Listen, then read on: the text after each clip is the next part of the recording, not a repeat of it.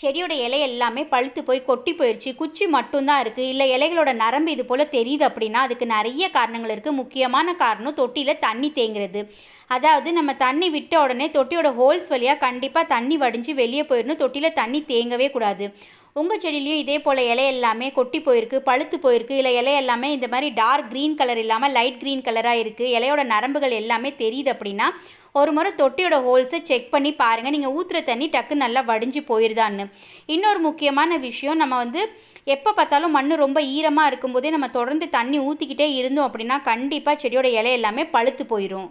தொட்டியில் தண்ணி தேங்குறது கிடையாது, மண்கலவை ரொம்ப ஹெல்த்தியாக இருக்குது, ஆனாலும் இலையோட நரம்புகள் எல்லாம் தெரியுது, இல்லை இலைகள் எல்லாமே பழுத்து போய் மஞ்சள் நிறமாக மாறி கொட்டிக்கிட்டே இருக்குது அப்படின்னா இதுக்கு முக்கியமான இன்னொரு ரீசன் நைட்ரோஜன் குறைபாடு. இது தவிர இலையோட ஓரங்கள் மட்டுமே காஞ்சி போகுது, தொட்டோம் அப்படின்னா மொறுன்னு உதிர்ந்து போகுது அப்படின்னா அதுக்கு ரொம்ப ரொம்ப முக்கியமான காரணம் தண்ணி குறைபாடு. நம்ம எப்போ செடிக்கு தண்ணி விட்டாலும் மண்ணோட ஈரப்பதத்தை செக் பண்ணிவிட்டு தண்ணி விடணும். மண் ஈரமாக இருக்குது அப்படின்னா கண்டிப்பாக நம்ம தண்ணி விடக்கூடாது. அதே போல் மண் ஈரம் இல்லை அப்படின்னா நம்ம கண்டிப்பாக தொட்டியோட ஹோல்ஸ் வழியாக வடிஞ்சு வெளியே வர அளவுக்கு நம்ம செடிக்கு தண்ணி விடணும்.